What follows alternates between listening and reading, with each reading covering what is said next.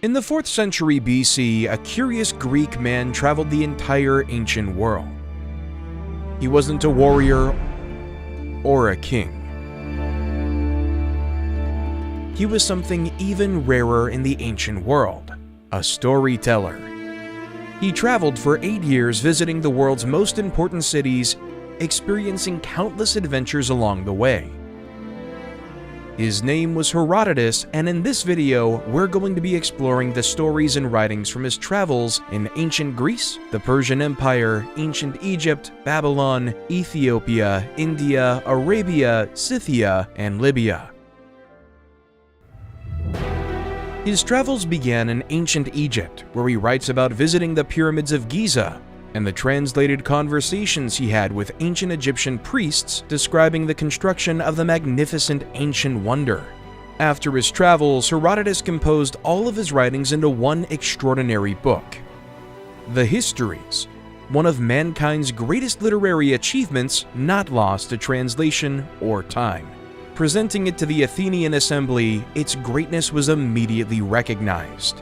For his efforts, Herodotus was awarded 250 kilograms of gold. But long before he'd be known as the father of history, Herodotus was just a curious young boy, born in the Greek city of Halicarnassus.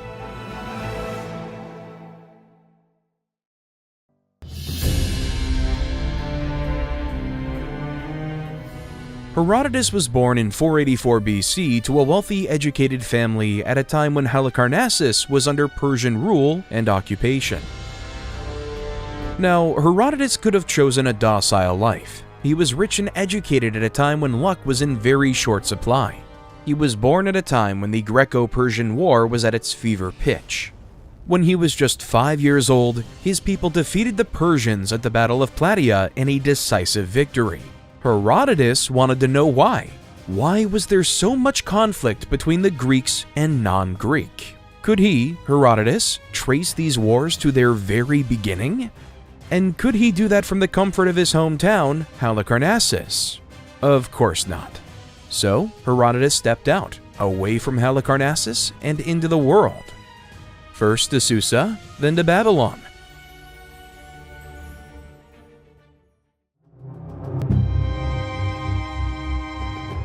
Why is there so much conflict between the Greeks and non-Greeks? When Herodotus journeyed to Susa, the winter capital of the Achaemenid Empire, he met Persians there and asked them this question. In response, they traced the conflict back to the Phoenicians, to a time before the Trojan War. According to the Persians, the Phoenicians came to Argos, a precursor to ancient Greece, for trade. But in the process, they kidnapped Io, the king's daughter. They took Io and sailed to Egypt. This, according to them, was the original sin. So at a later time, the Greeks returned the favor by landing in Tyre on the Phoenician coast and kidnapping Europa, the daughter of the Phoenician king. This was an act of retaliation. Now you could say they were level. But the Greeks would commit another act of revenge when they manned a warship, sailed to Colchis, and kidnapped Medea, the daughter of the king of the land. Colchis was not Phoenician, but they were non-Greek, and that was all that mattered.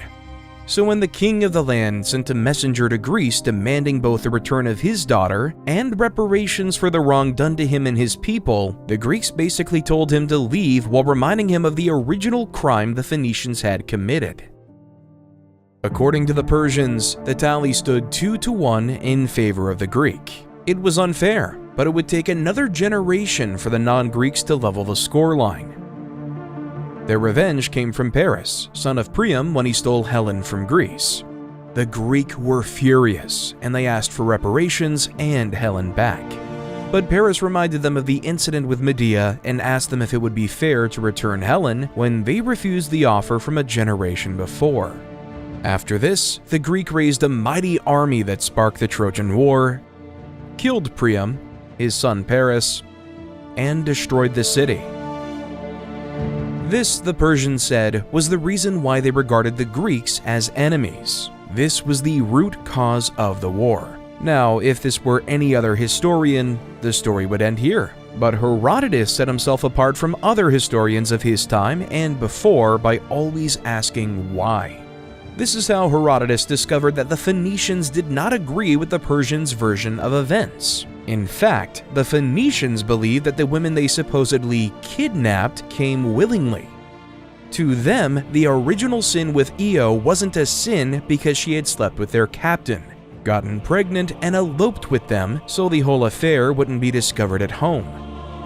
But even this account wasn't enough for Herodotus. He wasn't convinced, so he proposed an alternate theory set in a time more recent to his. It was another explanation for the root cause of the hostilities. According to Herodotus, Croesus, king of Lydia, was the first non-Greek to encroach on Greek freedom.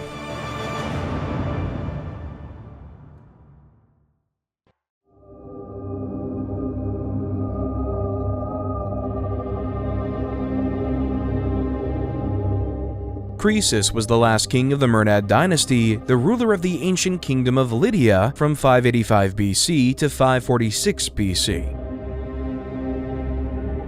At the peak of his reign, he was considered by many to be the richest man on earth. But before Herodotus told the story of Croesus, he spoke of a predecessor, a king named Canalus, whose reign preceded Croesus by generations, and whose downfall was directly connected to Croesus's eventual downfall. Canalus reigned over the kingdom of Lydia more than 100 years before Croesus, and he was the last king of the Heraclid dynasty.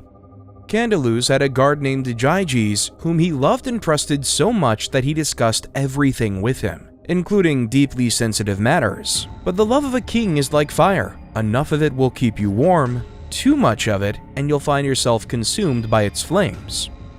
Gyges found himself in front of those flames when Canalus insisted on proving to Gyges how beautiful his wife, the queen, was. And by proof, Canalus meant he wanted Gyges to watch the queen naked. This was an abomination by any stretch of the imagination, and as Herodotus pointed out, in Lydia, in fact, more or less throughout the non-Greek world, it is a source of great shame even for a man to be seen naked.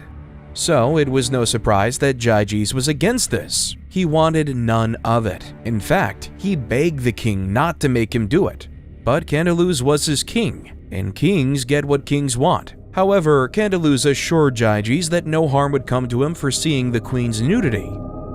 So at night, when the queen was undressing before her king in their bedroom, Gyges watched from a hidden spot. Unfortunately for him, the queen noticed. The very next morning, she summoned Gyges and gave him two options. Either you can kill Canalus and have me and the kingdom of Lydia for your own, or you must kill yourself right now. Either the one whose idea this was, or the one who saw me naked when he had no right to do so. Caught between the devil and the deep sea, Gyges, like he had before, chose the devil. He chose himself. He chose to live. Gyges killed Canalus and had the queen and kingdom of Lydia all to himself, ending the Heraclid dynasty and installing his Mernad dynasty. But in these stories told to Herodotus, actions have consequences. And for Gyges, even though we could argue it wasn't his fault for the circumstances that made him king, the Oracle of Delphi declared that Canalus would have his revenge on the fourth generation of Gyges. Despite this ominous prophecy, Gyges began to conquer cities, and in his conquests, the Greek cities of Miletus, Smyrna, and Colophon came under his rule. After Gyges, his son Artus took over, continuing in the conquests of his father and, like his father, not achieving much. After Artus, his son Sidiotes took the throne, ruling shortly and even less noteworthy than his father. It was Alyattes, son of Sidiotes, that would build the foundation for the baffling empire his son, Croesus, would wreck on their end of the world. Croesus, the man whom Herodotus pointed to as the non-Greek responsible for the first serious assault on the Greeks.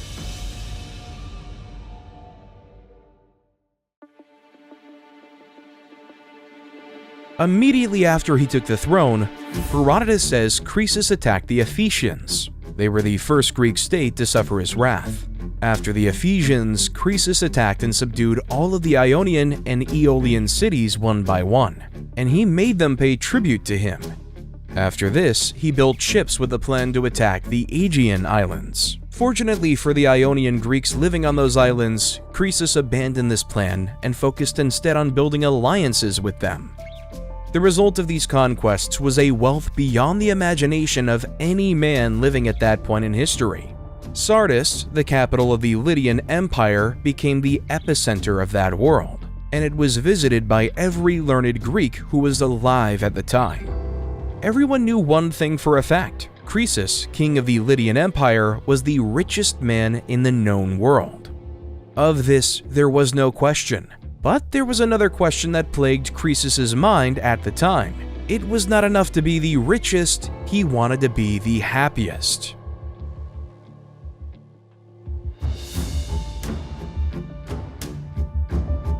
There are very few men wiser than Solon. Amongst all the Greek men in Lydia, and amongst those that visited Croesus' court, none were as wise.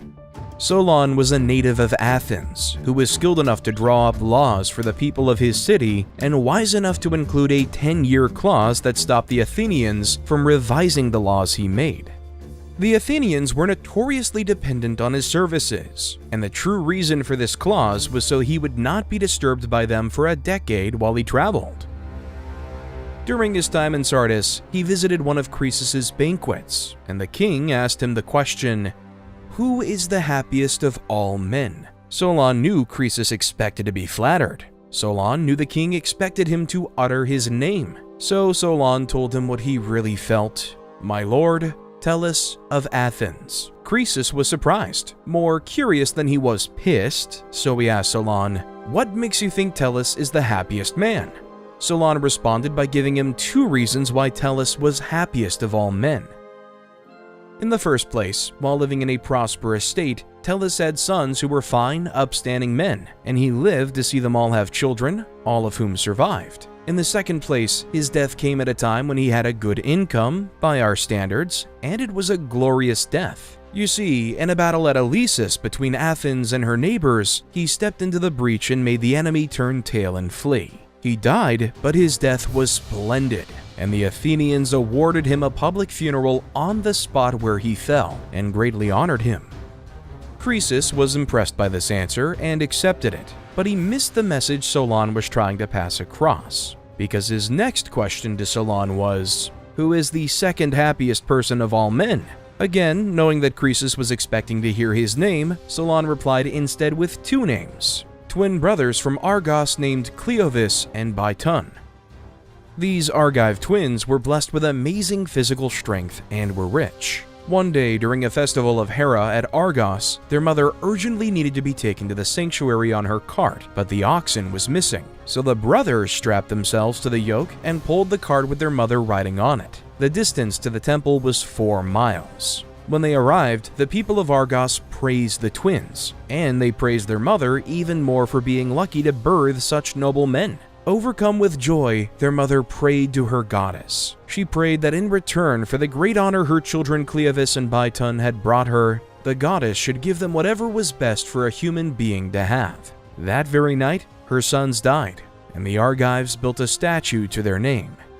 Croesus was far from pleased with this answer. He was certain that Solon was messing with him, but Solon explained in plain terms that no man alive could be called the happiest man until he had died.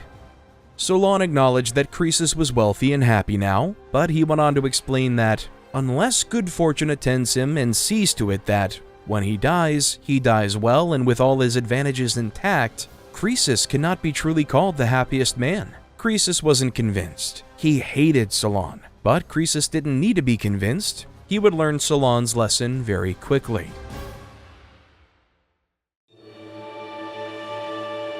After Solon left, Croesus had a dream. In that dream, he saw one of his sons dying from a wound caused by an iron spearhead. Now, Croesus had 2 sons. One was deaf and dumb, and the other, Otus, was one of the most outstanding men of his generation, a commander of his father's army and the heir to his throne. Croesus had divined for a cure from the Oracle of Delphi about his deaf-mute son. But the response he got from the oracle was, "Croesus of Lydia, ruler of many, you are being very foolish. You should not desire to hear in your home the sound you have long prayed for of your son speaking. It is far better for you not to, for you will hear it first on a day of misfortune." Croesus didn't need an oracle to decide which son to protect. Croesus immediately found a wife for Otus, withdrew him from the army, and removed all javelins, spears, and similar weapons of war away from his son. Otus hated this, but Croesus couldn't care less. While Croesus was preparing for his son's marriage, a strange man named Adrastus arrived in Sardis. He wasn't Lydian, but Phrygian and from a royal family. However, he had blood on his hands, the blood of his brother whom he mistakenly killed in an accident. In accordance with local custom, he sought purification, and Croesus graciously purified him. Croesus also invited him to dwell in his court as a friend of the family, encouraging him to let go of his past and accept a new life as a Lydian. Adrastus accepted. Shortly after this, a boar began disturbing the locals, destroying their crops. So they ran to Croesus, begging him to send his son Otus and his finest men to kill the boar. Croesus agreed to send his finest men, but Otus was going nowhere. It was at this point that Otus protested against his father, demanding to know why he was being treated like a child. Croesus responded by telling him about the dream, and after he was done, Otus understood and responded, saying that there was no way a boar would kill him with an iron spearhead because, if the apparition had told you that a tusk or something like that was going to cause my death, then of course you should have taken these precautions. But in fact, it was a spear, so since it's not men we're going up against, please let me go. Otus's argument was convincing enough to let Croesus go, but he urged Adrastus the Phrygian to follow him. Croesus instructed Adrastus to be his son's bodyguard and ensure no bandits ambushed him on the road. He was to keep Otus safe at all costs. Adrastus was reluctant, but he ultimately agreed. Later on, when Otus, Adrastus, and the elite young fighting men found the boar, they began throwing their spears at it. Then Adrastus threw his spear, missed it, and hit Croesus's son. Otus died on the spot, fulfilling the prophecy of Croesus's dream. Croesus was devastated by the news, and more devastated that he had taken his son's killer into his home. Eventually, he forgave Adrastus because he recognized that the man was just a tool of the fates. Then, Croesus gave his son a quiet burial. Meanwhile, Adrastus was wrecked by grief and guilt. He couldn't bring himself to approach Croesus. So that night, after the burial of Otus, he took his own life.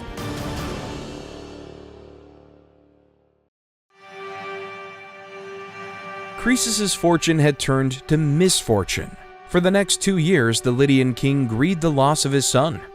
2 years was enough because when word got to Croesus that a Persian king named Cyrus had overthrown his grandfather, Astyages, taking the throne to the Median Empire, an empire that was stretched from the east, the Parthians, to the Lydian frontiers in the west, Croesus knew his kingdom was next. He knew that he had to attack first, but before that, he needed foresight.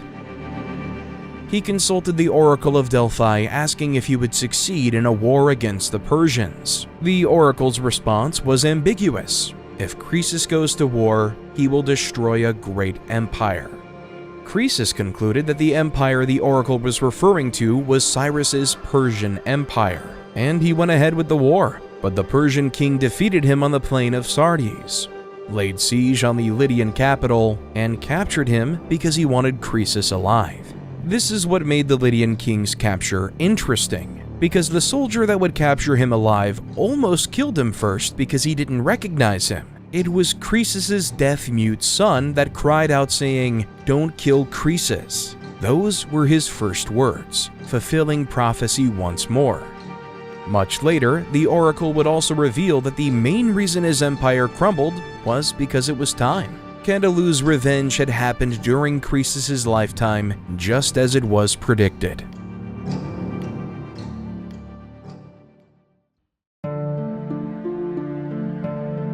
Now in the hands of Cyrus, Croesus's fate was sealed. The Persian king ordered him to be burnt alive. They tied Croesus along with 14 Lydian boys to a huge funeral pyre. Herodotus wasn't sure why Cyrus went through this much trouble. Could it be that he intended to offer Croesus and the boys as a sacrifice to his gods? Or was it because he wanted to test the gods of Croesus to see if they would come to his rescue? Whatever it was, in that moment, Croesus remembered the wisdom of Solon the Athenian. the man who told him that happiness could not be determined until the individual in question was dead and gone. Croesus realized Solon was right. If he died on this pyre, he wouldn't be the happiest man on earth. Solon was right. Meanwhile, Cyrus watched as Croesus mumbled Solon's name to himself. And when he asked his translators to find out what Croesus was saying, the disgraced Lydian king explained who Solon was and the story of how they met. Already the fire was blazing. The translators returned to Cyrus, and the Persian king found Croesus' story profound. He had a change of heart. Now he wanted the Lydian king to live, but the fire raged. It was too late. In a fit of desperation, Croesus called on Apollo, and according to an account told to Herodotus, Apollo answered with rain that killed the fire and saved Croesus' life. If Cyrus was impressed by Croesus' words, now he was more impressed by his faith. Now he wanted the former king by his side as an advisor. It was a role Croesus gracefully accepted, and this was how the reign of the first non-Greek to attack the Greek people came to an end.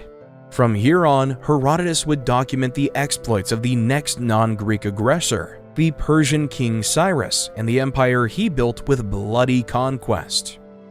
Along with the Median Empire and the Kingdom of Lydia, Cyrus conquered most of West and Central Asia to create the world's first global superpower, the Achaemenid Empire.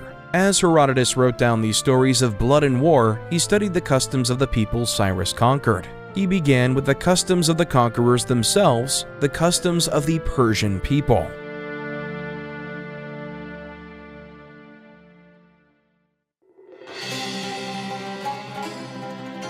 The ancient Persians did not build temples or statues to their gods like the Greeks did. They believed those who constructed statues, temples, and altars to their gods were fools. They worshipped their gods on the highest mountain peaks. There, they made sacrifices to Zeus, Aphrodite, the sun, the moon, the earth, fire, water, and the winds. However, the Persians celebrated birthdays like the Greeks did. They felt, like the Greeks did, that it was the most important day in a person's year, and they celebrated accordingly. Unlike the Greeks, the Persians were not heavy eaters. In fact, they made fun of the Greeks with this saying, "Greeks remain hungry at the end of every meal." Instead, the Persians loved wine. They loved it so much that when they made up laws and discussed important matters, they would first argue the matter sober. Then they would argue the same matter drunk, and if they came to the same conclusion in both states of awareness, they accepted the verdict. On issues of class and social standing, you could tell whether two Persians were on the same level by how they greeted themselves.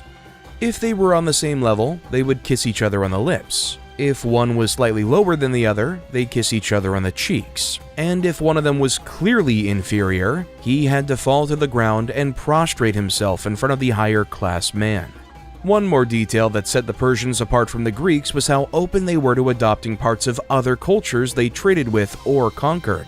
As Herodotus pointed out, they wear Median clothes because they consider them to be more attractive than their own, and they wear Egyptian breastplates for fighting. They also placed a lot of importance on bearing sons. Having sons was so important that every year the king gave a huge reward to the man with the most sons. The Persians also had a pretty forward-thinking justice system. No Persian subject was allowed to execute anyone who had been accused of only a single crime, not even their house slaves. In contrast, they had censorship rules that were pretty strict. Anything they were not allowed to do, they were also forbidden to speak about. However, the two most shameful things in Persian culture were lies and debt. The Persians believed that lies were worse than debt because anyone who was in debt was more prone to tell more lies. The customs get more bizarre when you consider how they don't allow their people to wash their hands in rivers, urinate, or spit into them because they worship it. And it gets even more bizarre when you consider that a Persian man or woman couldn't be buried until it had been mauled by a bird or a dog.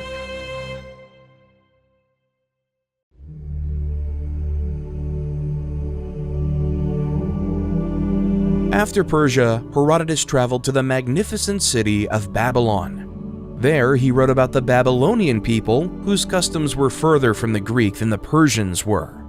Herodotus found that the Babylonians buried their dead in honey. The Babylonians had no physicians. Because of this, sick Babylonians would sit in the city center. and anyone who had recovered from their illness gave them advice. It was a mandatory Babylonian custom. Herodotus also found 3 tribes amongst the Babylonians that ate nothing but fish, and they were quite creative with it. After catching the fish and letting them dry in the sun, they would toss them into salty water, then mish them with tools and filter out the bits through cloth. After that, they either mixed them into a soft dough-like cake or baked it like bread. The Babylonians might have had unusual customs, but their city was as unusual as it was utterly magnificent. Herodotus described Babylon as a majestic city that sat on a vast square expanse with a circumference of 60 miles. It was surrounded by a deep moat and formidable walls. It was also divided by the Euphrates River and had a second inner wall where houses were 3 to 4 stories high. The city also had impenetrable brass gates. This was the city Herodotus says Cyrus wanted to conquer. And to raise the stakes, the Babylonians were expecting him. So they locked up their gates, stocked up food and supplies behind their walls, awaiting the Persian king's siege. Their plan was simple: to exhaust and outlast him. Meanwhile, Cyrus was still some distance away, on the other side of a river called Gindis that stood between him and Babylon. Cyrus was about to build boats to cross the river when one of his sacred white horses walked into its waters. The river current seized the horse, swept it away, and drowned it in its depths. Cyrus was furious. He responded by laying a curse on the river, saying, "In future, even women would cross it easily without wetting their knees." Then he postponed his advance on Babylon and divided his army into parts. He marked 180 trenches on each side of the river Gindis and ordered his men to dig, scattering the strength of Gindis into 360 channels. This was how he punished the river. This was how they crossed it.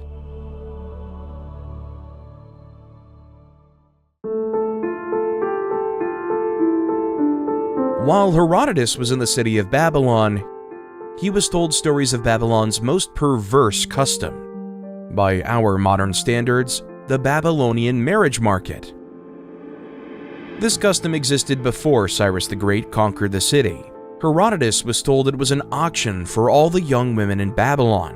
Once a year, the women who were old enough to get married were taken to a certain place in the city, and a crowd of Babylonian men would form a circle around them there. An auctioneer would get each of the women to stand up one by one, and he would put her up for sale. He would start with the prettiest girls. When they had been sold off as wives to the wealthiest Babylonian men for hefty prices, he moved on to the next attractive women until he had sold off all the good-looking women. The least attractive women ended up getting sold for measly amounts to common men, and the ugly or handicapped women often went for heavily discounted prices. Herodotus pointed out that the reasons why the ugly women even got sold was because auctioneers were able to set off their loss with the excess profit they got from selling the beautiful women. No one was allowed to arrange his own daughter's marriage to a man of his choice. Everything had to be done at the auction. Every man who bought a wife also had to live with her. However, they could be returned if they found themselves incompatible. We would think of this custom as barbaric today. For Herodotus, it was their finest custom. After the Persians conquered Babylon, the city faced both societal and economic ruin, abandoning this custom. As the years passed, this custom quickly evolved into something more perverse. Fast forward to Herodotus' time, and Babylonian commoners who lacked an income pimped out their female children for money.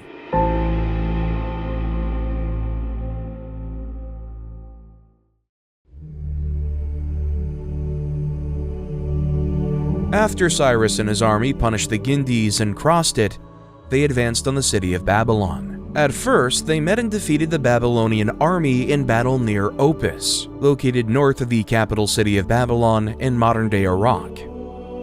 Then, Cyrus and his army arrived and laid siege on Babylon. It didn't work, and the Babylonians were right. The city was impenetrable. So impenetrable that the Babylonians would routinely mock Cyrus and his army from the top of their mighty walls. This continued for almost a year until someone in the Persian ranks came to Cyrus with a simple yet brilliant solution. The Euphrates River ran through the city, under the walls through one end and out the other. Cyrus got his men to dig a channel that redirected the lake into a marshy lake. and as the water levels lowered, the Persians entered Babylon through the riverbed. The Babylonians had no idea what Cyrus was planning before it was too late. The vast size of their city contributed to Cyrus's element of surprise. That day, Babylon fell to the Persians.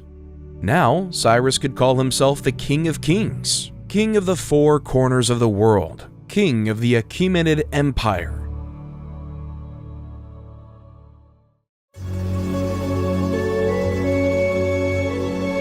About 46 years before Herodotus was born, Cyrus had conquered it all. He had conquered both the ancient kingdoms of Assyria and Babylon. His empire stretched from modern Turkey all the way to modern Afghanistan. His empire, the Achaemenid Persian Empire, was the world's largest, but it was not enough. There was still more to be conquered. Up north in the vast Eurasian grasslands of present-day Kazakhstan and Uzbekistan. But these enemies he was about to deal with were a different breed. The Massagetae were a large tribe, the wandering type, but they were terribly fierce on the battlefield. They drank milk from their female horses, and their men had sex with any women they wanted within their tribe.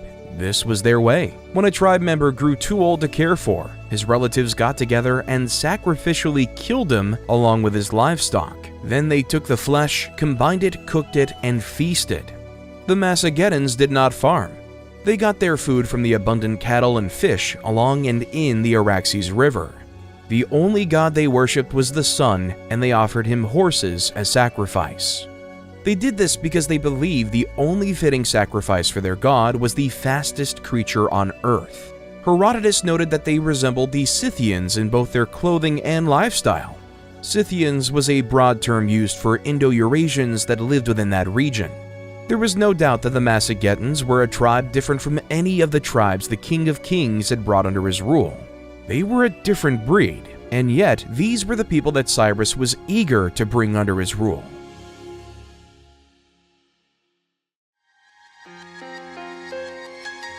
At the time, the Massagetae was ruled by a widowed king named Tomarus. Cyrus sent a message to her asking for her hand in marriage. But Tomarus could see the trickery for what it was.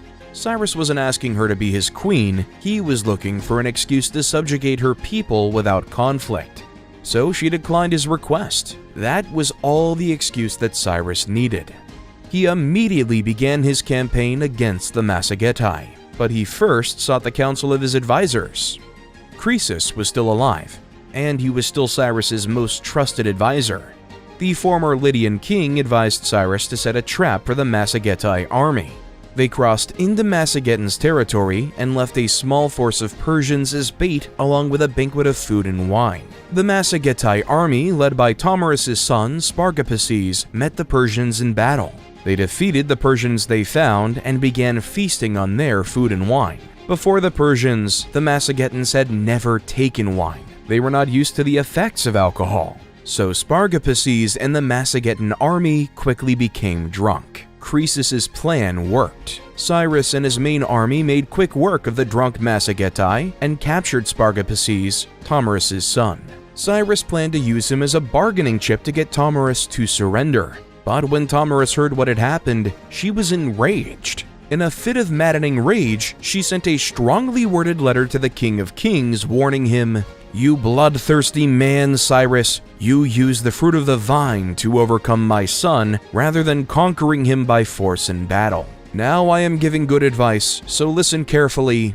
Give me back my son, and then you can leave this country without paying for the brutality with which you treated a third of the Massagetan army. But if you do not, I swear by the sun who is the lord of the Massagetae that for all your insatiability, I will quench your thirst for blood." Cyrus ignored this threat when he received it. To make matters worse, Spargapaces took his own life after tricking Cyrus into freeing him. Without his bargaining chip and now in enemy territory, Cyrus rallied his armies against the Massagetans. Herodotus called the war that followed the fiercest battle between non-Greeks that had ever been. Unfortunately for Cyrus, the Massagetans won. Most of the Persian forces were wiped out. Cyrus was killed and decapitated upon Queen Tomarus' request. She had promised Cyrus that she would quench his thirst for blood in the letter she sent. Though I live and conquer thee, thou hast undone me, overcoming my son by guile. But even as I threatened, so will I do, and give thee thy fill of blood."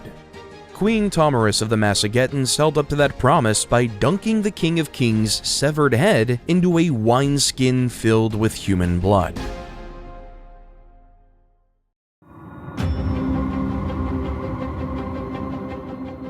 After the death of Cyrus, his son Cambyses II took the throne and became the new King of Kings. His first order of business was to subjugate ancient Egypt. Herodotus would have been somewhere between 26 to 30 when he traveled to Egypt to hear the accounts firsthand from the priests of Memphis, the ancient city's capital. And as the priests relayed the stories to him, Herodotus immersed himself and took note of their culture, which happened to share a lot of similarities and yet was still very different from the culture of the Greek. The priests said that the Egyptians originally believed they were the oldest race on Earth. But after Psammetichus, the first pharaoh of the 26th dynasty, investigated the claim, they accepted second place after the Phrygians. According to the Egyptian priests Herodotus spoke to, Psammetichus conducted an experiment where he ordered 2 infants to be brought up in a remote place by a shepherd who was forbidden to speak in their presence. His logic was that whatever word they spoke first would determine which race was oldest, since there was no one around them to imitate. After 2 years, the children began to speak, and the word they repeated most often was bekos, which turned out to be the Phrygian word for bread.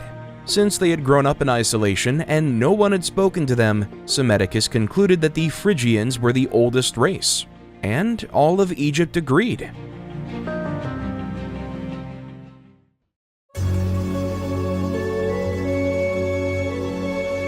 The Egyptians were different from the Greeks in a lot of different things. Their culture was almost an inversion of the Greeks in some aspect. For example, while the Egyptian women went out to the town square to retail goods, the Egyptian men stayed at home to do the weaving, a direct opposite of Greek customs. Herodotus also noted that Egyptian men carried loads on their heads, while women carried loads on their shoulders. Women urinated standing up, while men did their business squatting.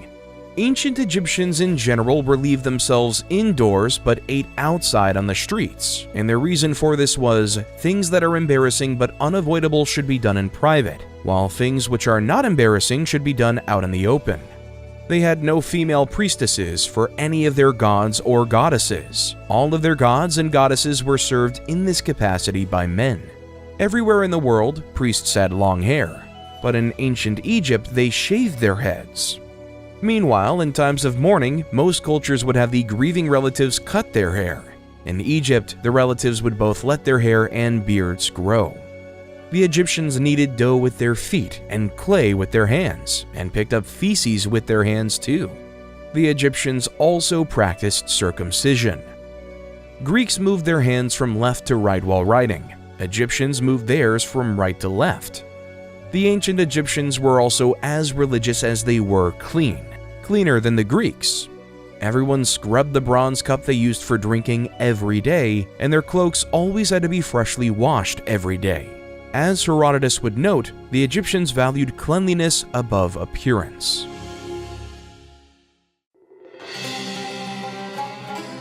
Herodotus found a lot of similarities between the gods of Egypt and his Greek gods. While he noted that Egyptians didn't all worship the same gods, both Isis and Osiris were considered holy all over Egypt. He drew parallels between the Egyptian Osiris and the Greek Dionysus. Dionysus was the Greek god of wine. Herodotus found that the celebration of Osiris in Egypt was very similar to the festival of Dionysus in Greece. There was a lot of drinking and wild parties. However, the priests in ancient Egypt had to follow strict cleanliness rituals that included shaving their bodies every other day, and wearing specific garments made of linen and papyrus shoes.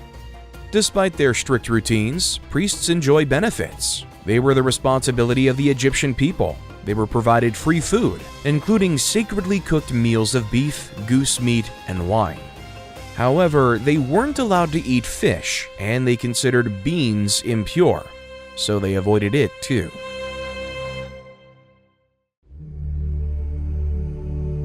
Now, like many other civilizations at the time, the Egyptians considered pigs to be unclean. They avoided pigs so much that anyone who brushed themselves against a pig had to dip themselves in a river to clean themselves with their clothes on. It was so bad that if you were unfortunate enough to be the daughter or son of a swineherd, no one that wasn't a swineherd would marry you. The only time pigs were allowed was during the worship of Osiris during the full moon. This was the only time Egyptians were allowed to touch, cut, and eat pigs, only on that day and no day before or after. Goats and cats, on the other hand, were practically worshipped by the Egyptians. Egyptians did not sacrifice goats of either gender because they counted Pan as one of the 8 primordial gods of the Egyptian people, and Pan was portrayed with a goat's head and a he-goat's legs. The goat worship was so devout and so intense that Herodotus mentioned seeing a woman mate with a goat in public during his time there. Cats and dogs were also highly revered. If a cat died a natural death in a family's house, every member of that family would shave their eyebrows. And if a dog died, they would shave their whole bodies, head and all. If a house was burning, the owner would save their cat first before they bothered about their house. Cats were also mummified and buried after death in a sacred chamber. Dogs were also mummified, but they were buried beside their owner.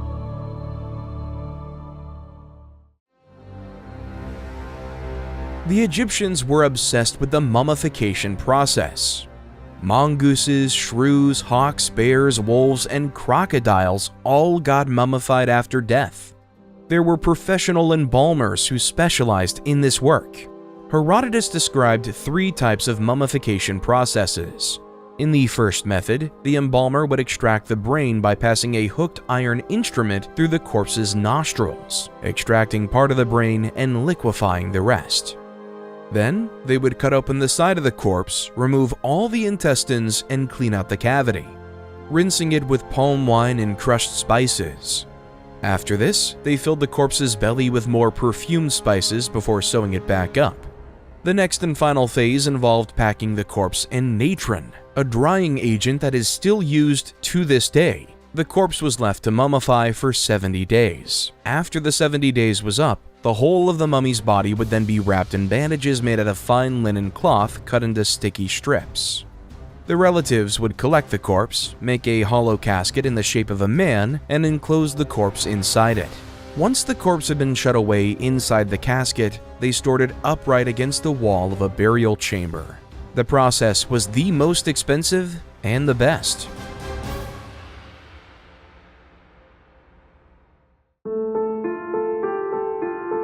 Herodotus was deeply fascinated by the Nile River. He noticed that the Egyptians depended on the river to water their crops, while the Greeks depended on it for rain from the gods.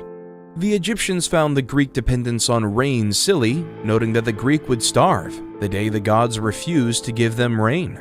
Herodotus agreed, but he also pointed out that the Egyptians would starve if the Nile dried up or didn't flood its banks. It was from this argument that Herodotus began to ask questions. Why did the Nile flood? And more importantly, where did the Nile come from? What was its source? The first question, why the Nile flooded, had already been answered by some Greeks before him, but Herodotus found the answers to be nonsensical. One of such answers claimed that the water of the Nile came from the melting snow caps from the mountains of Ethiopia that flowed into the rivers, causing a flood in the Nile. Today, we know that this answer is at least half right, but Herodotus felt it was wrong because he could not conceive the idea that there was snow in a region as hot as Africa. Instead, he favored a more backward engineered approach. He believed that the north wind blew the sun through the sky up to Egypt in winter. The sun sucked up the waters that flooded over the Egyptian fields, and that is why the water of the Nile was low in winter. So what about the source? A scribe of the sacred treasury of Athena, the Egyptian goddess Neith, told Herodotus that there was a border town in the south of ancient Egypt called Elephantine. It was an island on the Nile shaped like an elephant's tusk. The waters around the island were turbulent, which made it impossible to travel by boat along that river. The scribe told Herodotus that the waters of the Nile flowed up from a bottomless pit hidden below the swirling whirlpools at Elephantine. Allegedly, the Egyptian king Psammetichus proved that the pit was bottomless when he ordered his servants to make a long rope and lower it down into the pit. They exhausted the rope and could not find the bottom. Of course, the scribe was wrong about this, but it was true that Elephantine was the place where the Nile entered Egypt. Today, the Elephantine Island can be found in the middle of the Nile River in the city of Aswan. Ultimately, Herodotus would call Egypt a gift of the Nile River. In this, he was correct.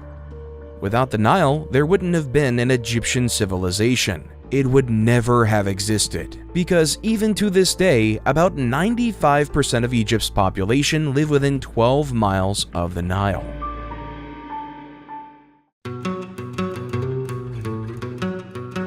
There was an interesting account in Herodotus' Histories about a pharaoh named Rhampsinitus. According to the priests who Herodotus spoke to, Rhampsinitus amassed a huge fortune and commissioned a specially constructed, impenetrable chamber where he kept all his wealth. Unknown to the pharaoh, the builder of his chamber created a secret entry for himself. After some time, the builder fell ill, and on his deathbed he called his 2 sons and informed them of the secret entry into the king's chamber. He encouraged them to rob the king, telling them this way they would be rich after he had passed. After their father died, the brothers made their way to the chamber, found the secret entrance, and stole as much as they could from the king's fortune. They stole enough that the king noticed and wondered how it happened, especially because there was no sign of forced entry and the seals on the doors were intact.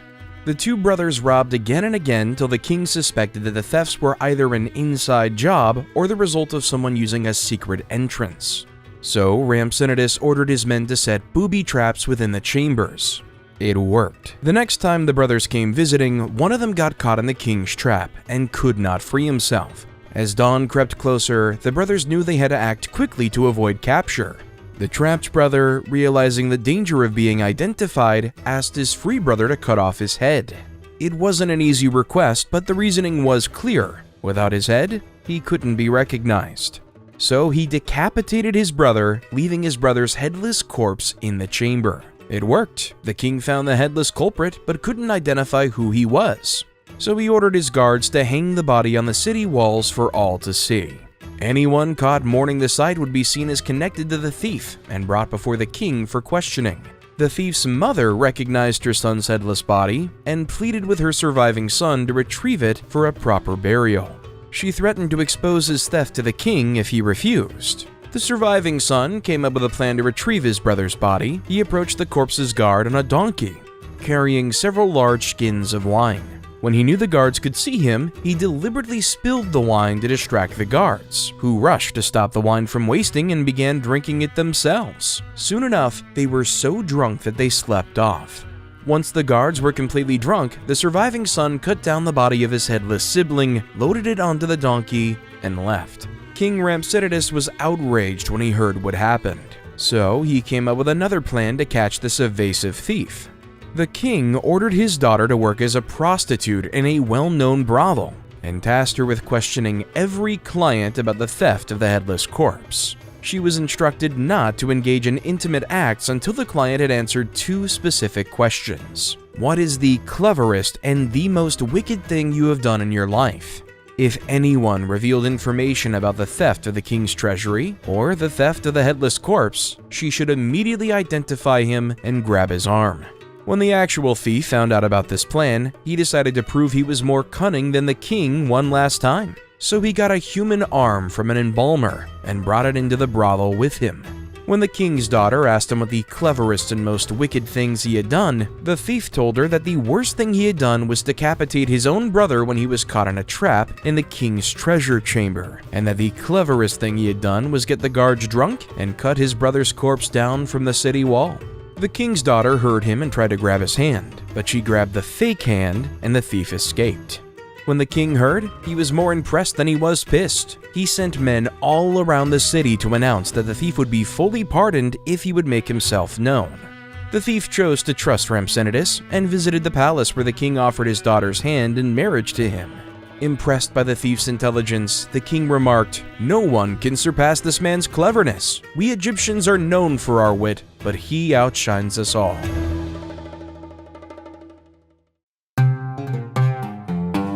While Herodotus was speaking to the priests at Memphis, he was told after Rhampsinitus came Cheops. Cheops' reign was awful. The Egyptians called him Khufu. Cheops closed down all the sanctuaries, stopped his subjects from performing sacrifices, and also forced them to work for him. More specifically, he forced them to build what would become the biggest pyramid, the Pyramid of Giza. Some of the Egyptian laborers were forced to haul blocks of stone from the quarries in the Arabian mountain range as far as the Nile, where they were transported across the river in boats. They worked in groups of 100,000 men for 3 months at a time.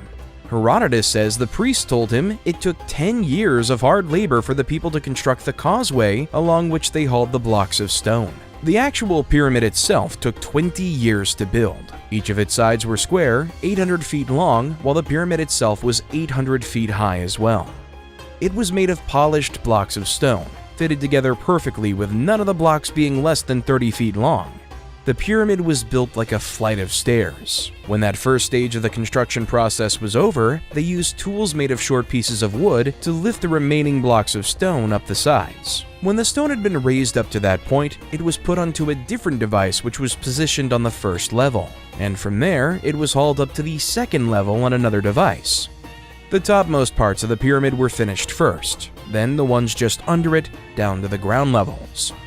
The workers' daily meal consisted of radishes, onions, and garlic, and Herodotus says he saw a notice that read that the total cost was 1,600 talents of silver for the duration of the pyramid's construction. The Pyramid of Giza was and still is a sight to behold, but it didn't improve the reputation of King Cheops. The Egyptians hated him so much that years after he died, they refused to say his name, even to Herodotus.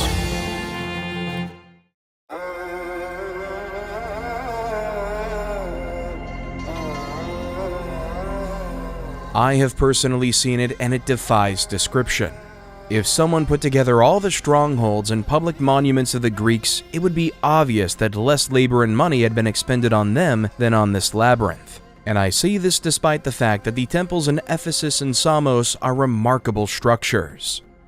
This was how Herodotus described the magnificent labyrinth of Egypt built in Crocodilopolis. The labyrinth had rooms on 2 levels, an underground level and a level that was above ground level sitting on top of it. And in total, there were 3,000 rooms in all, with each level containing 1,500. Herodotus says that he went through the ground level rooms himself and saw them. However, the underground level was only described to him. The Egyptians in charge refused to show him the underground rooms because it was the tomb of the king who originally built the labyrinth. Herodotus described endless chambers, winding passages through courtyards so complicated that one turn would lead him to another chamber and into yet another courtyard different from the ones before. It was complex, massive, and breathtaking. But there was more. Herodotus says that the roof and walls of the entire structure were made of stone. He also noted that the walls had carvings of figures and its colonnaded courtyards were made out of blocks fitted with white stones. There was a 240-feet pyramid at the end of the labyrinth. It had huge figures carved on its surface and its entrance was built underground.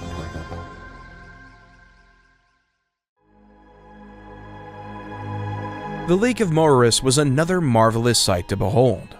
Herodotus noted that it was more marvelous than the labyrinth. He described it as an artificial lake that was 91 meters deep and 413 miles wide, making it as long as Egypt's coastline itself. The ancient pharaohs had gone to great lengths to turn it into a reservoir. However, what was even more fascinating were the 2 pyramids Herodotus claimed were built in the middle of the lake. They were huge structures that were 182 meters tall, rising 91 meters above the water. On top of each of these pyramids, there was a stone figure seated on a throne. While Herodotus was in Egypt, he was able to get an account of how the Persians had conquered the entire country, how Cambyses II conquered Egypt. Because after the wonders came the war, and Cambyses, son of Cyrus the Great, was now the king of kings. The pharaoh at the time was Amasis II, and in the several months that followed, he made 2 grave errors that led to the capture of Egypt. Amasis made his first mistake when he sent one of his eye doctors to serve Cambyses on the Persian king's request. The doctor felt betrayed by his king and decided to take revenge. Amasis' second error was tricking the Persian king. The Egyptian doctor had urged Cambyses to ask Amasis for his daughter's hand in marriage. He knew that Amasis would die before he gave his daughter to a Persian. He also knew if Amasis refused the Persian king, they would become enemies. So instead of sending his daughter, Amasis sent the daughter of the previous king. Immediately she arrived at the court of Cambyses, she revealed the trickery to him. Cambyses was furious and decided to conquer Egypt. Or at least that is what Herodotus was told. One final piece that led to the conquest of Egypt by Cambyses II had to do with a man named Phanes, a native of Halicarnassus. He was a councilman and the most experienced tactical advisor in the court of Amasis. But over time they grew to hate each other, so Phanes defected. At the time, Cambyses was already preparing for the Egyptian campaign, but he didn't know what route to take. It was Phanes who helped Cambyses and showed him the way and gave him the advice that led to the conquest of Egypt.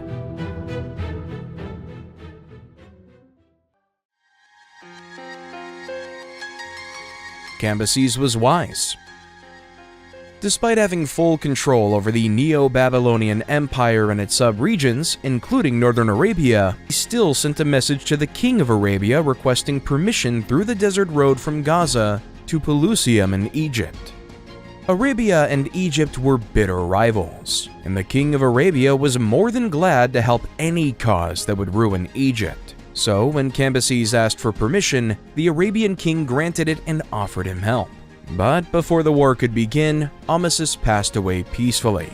His son, Samanitis, inherited his father's throne, and his father's war with the King of Kings. But without Phanes, the councilman and tactical advisor who betrayed all of Egypt to the Persians, Samanitis was doomed. However, he remained in command of the Egyptian army. Just before the war, they rounded up the sons of Phanes, slit their throats on the battlefield, and in full view of the Persian force, drained the blood in a bowl of wine, mixed it, and drank it. This was their revenge against Phanes for bringing a foreign army into Egypt. The war that followed was terrible, but the Persians fought until the Egyptians fled from the battlefield.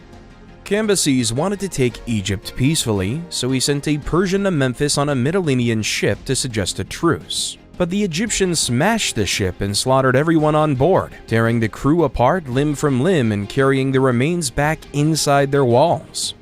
For this act of treachery, Cambyses not only conquered Memphis, he killed 10 leading Egyptian men for every man that was killed and dismembered. Then, Cambyses killed Samanitis' son, but spared his life. Much later, Samanitis would take his own life after trying and failing to start a rebellion against the Persian king. But there was still unfinished business. Despite the fact that he had conquered all of Egypt, Cambyses was incensed that he could not have his revenge on the dead king who had insulted him with his trickery. So he ordered his men to bring out the mummified corpse of Amasis. He ordered them to flog it, whip it, pierce it with spears, and pull out its hair. When they were done, Cambyses ordered for the corpse to be burnt. Cremation was considered an abomination in both Persian and Egyptian culture, because while the Persians considered fire to be a god, the Egyptians considered fire to be a living creature. So by burning Amasis' corpse, Cambyses had violated both Persian and Egyptian customs.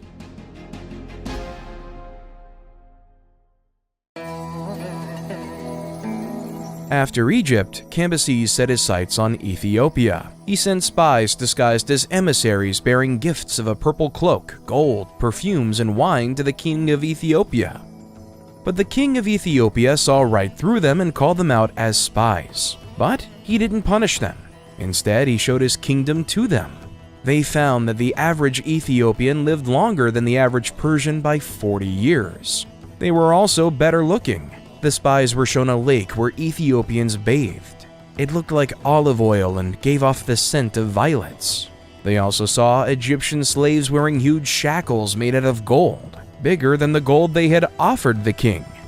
The only thing the Ethiopian king admitted the Persians did better than them was wine. When he was done showing the treacherous tourists his kingdom, he unstrung a bow. Then he gave them the bow as a gift to Cambyses, along with a warning.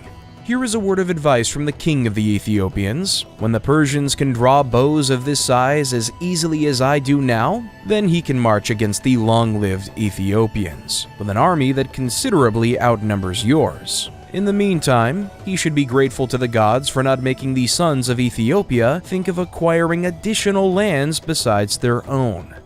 When Cambyses received the gift and the warning, he was incensed. Immediately, he set out on an expedition to conquer Ethiopia.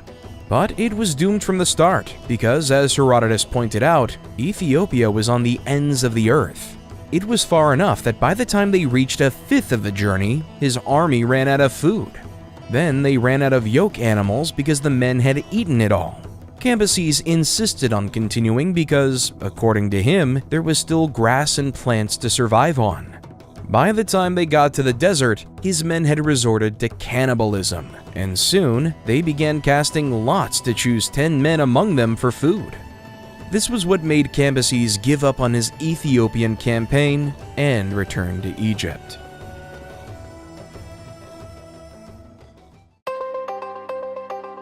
There was a tragic misunderstanding between Cambyses and the Egyptians. When he returned to Egypt after the failed conquest of Ethiopia, the Egyptians were feasting and dancing, celebrating the festival of Apis, bull god of fertility and the underworld.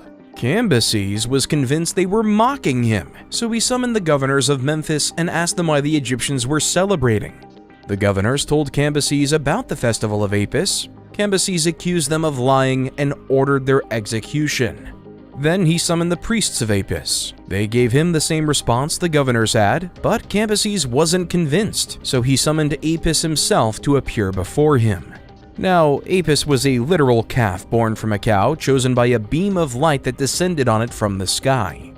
Cambyses stabbed Apis in the thigh and mocked both the priests and the Egyptian people, saying, "You poor fools! Is this what gods are like? Are they creatures of flesh and blood, capable of being wounded by weapons? Well, this is the god you Egyptians deserve, but you won't get away with making me a laughingstock." Cambyses ordered the priests to be flogged. He outlawed the worship of Apis and ordered anyone who worshipped the god to be killed. Meanwhile, Apis would die from the thigh wound inflicted by Cambyses. Cambyses wasn't just frustrated, he had gone crazy, and his insanity grew with each day, because his next target was his brother, Smerdis, whom he suddenly suspected of treason. Smerdis was the only one who had managed to draw the bow the Ethiopians sent. This caused Cambyses to be jealous, so Cambyses sent him to Persia. Then, after he had a dream where Smerdis was sitting on his throne with his head in the clouds, Cambyses sent Praxipes, the Persian he trusted the most, to kill him. After killing his brother, Cambyses forcefully married his younger sister. Then he fell in love with another of his sisters, killed the one he married, and took this other sister as a new wife. But the insanity had just begun. His Persian subjects had begun to gossip about his insanity and question his reign. So, to prove how sane he was to Praxipes and the Persian people, Cambyses shot an arrow into the heart of Praxipes' son from his throne. His logic was, if he was truly insane, he wouldn't have made the shot.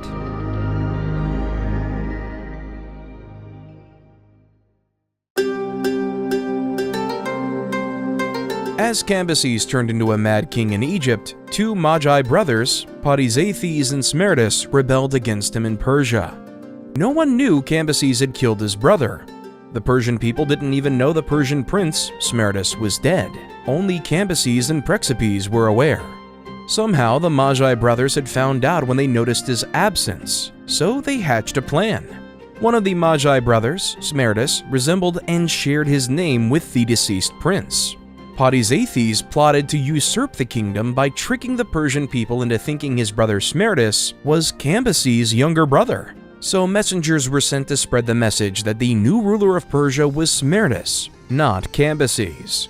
When Cambyses heard this message, he thought Praxipes had betrayed him by sparing Smerdis. But Praxipes defended himself and insisted that he carried out the mission as ordered.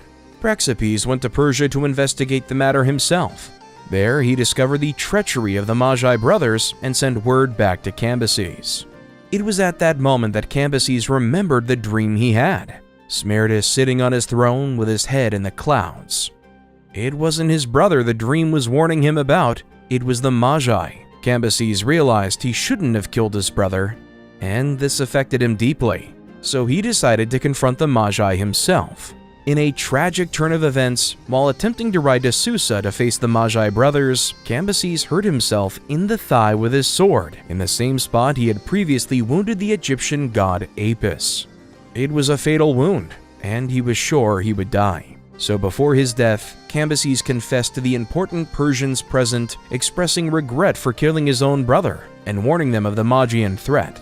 He urged them to reclaim power, encouraging them to use any means possible to regain control.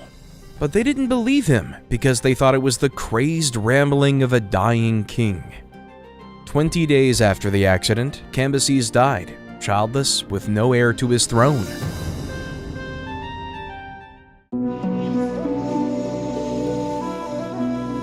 After the death of Cambyses, the Persians mourned their king's passing, but the Magus brothers had successfully tricked them into thinking the fake Smerdis was the real brother of Cambyses, son of Cyrus. This fake Smerdis continued to rule for 7 months and was very generous towards the Persian people, so they loved him. But the elites and ruling class of Persia were suspicious.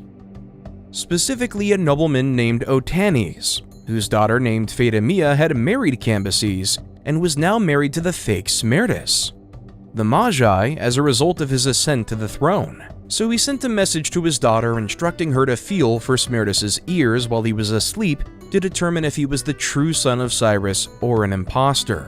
When Cyrus was alive, he chopped off the ear of the fake Smerdis for a crime he committed. Later that night, Phaedamia confirmed Otanes' fears.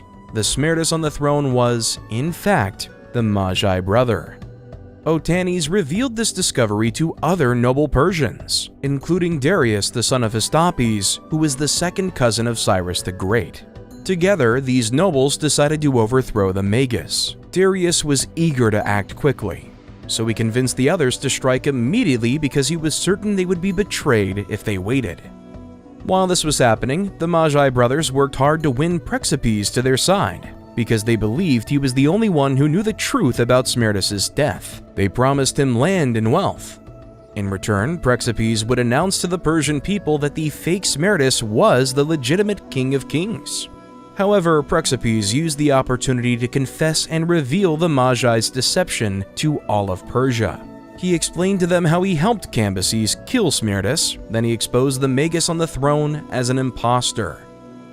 When he was done, Praxipes took his life by throwing himself off a tower. The 6 noblemen, along with Darius, killed the Magus brothers, and they crowned Darius as the new king of the Achaemenid Empire.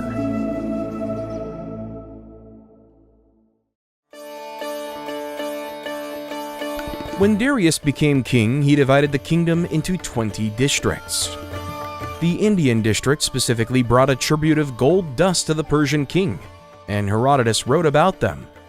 The Indians resided in the far eastern part of Asia and lived in diverse tribes with varying languages and lifestyles. Some of them were nomadic, while others lived in river marshes, wearing clothes made of plants. The Pada'i tribe, east of the Marsh Indians, had a custom of eating raw meat. They were also quite cannibalistic. If a member in their group, man or woman, got sick, their closest friends would kill them. They believed that if the sick person got worse, their flesh would spoil. Even if the sick person denied being ill, their friends would ignore their protests, kill them, and then have a feast. The same rule applied to women who fell sick. Her closest female friends would follow the same procedure. They also sacrificed and ate anyone who got old. However, an old tribe member was rare because most of them were actually killed before they got old. Surprisingly, there was another Indian tribe that refrained from killing. They also don't grow crops or build houses. Instead, they relied on naturally growing vegetable seed for sustenance. And if any of their tribe members fell ill, they went to a remote location to rest. No tribe member would check on them even if they died on that spot.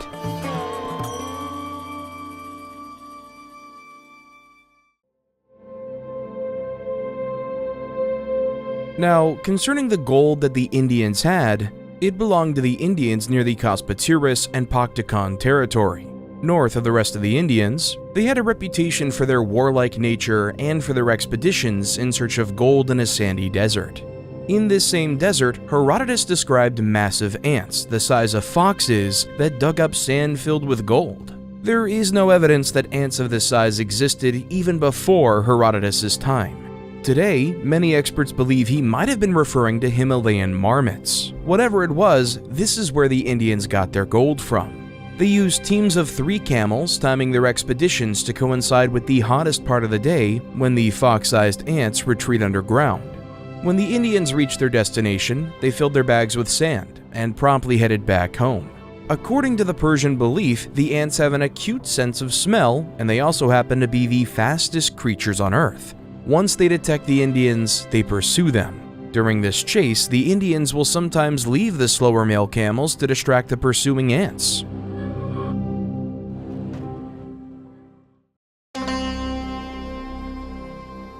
While the Indians brought gold to Darius, the Arabians offered spices. Herodotus described Arabia as the farthest south inhabited place on Earth. It is also the only place that produces frankincense, myrrh, cassia, cinnamon, and rock rose resin. All of these spices except myrrh were difficult to get, but the Arabians had their ways.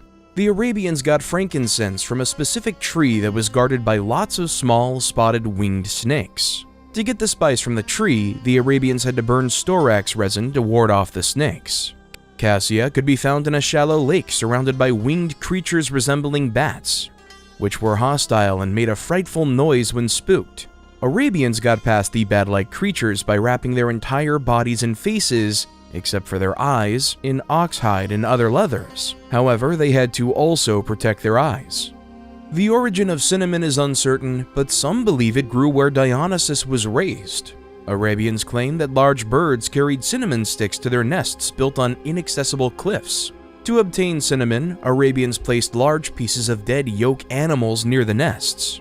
The birds, unable to lift the heavy pieces, caused the nests to collapse, allowing Arabians to collect cinnamon from the ground. The final spice, rock rose resin, was found in the beard of he-goats. Although the location where it was found may have had an unpleasant odor, the resin itself was highly fragrant and used in various perfumes. During Herodotus' time, it was the most common incense burned by the Arabians.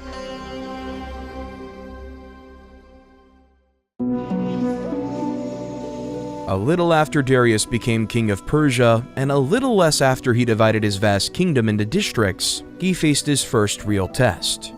It involved a nobleman who was one of the 6 rebels that killed the Magus brothers and made him king. His name was Intiphanes. One of the privileges the 6 enjoyed was the ability to see the king without permission, except when he was having sex.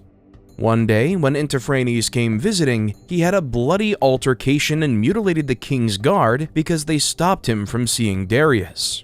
They told him the king was having sex. He did not believe them at that time, but he would later learn they were telling the truth. When Darius heard Intiphanes' entitlement, he began to fear the rebels were conspiring against him. So he meticulously interrogated each of the 6 rebels until he was sure of the innocence of the remaining 5. Intiphanes had acted alone. Darius imprisoned Intiphanes, his sons, and all of his male relatives. Intiphanes' wife begged for mercy from the king. Darius heard her and gave her a choice to save one family member. Intiphanes' wife thought about it and chose her brother. Darius was confused. Why didn't you choose your husband or one of your sons? The woman responded that she could always remarry and she could always have another son, but her parents were dead, so she had no way of getting another brother. Impressed by this, Darius spared her brother and oldest son. However, the others, including her husband Intiphanes, were executed.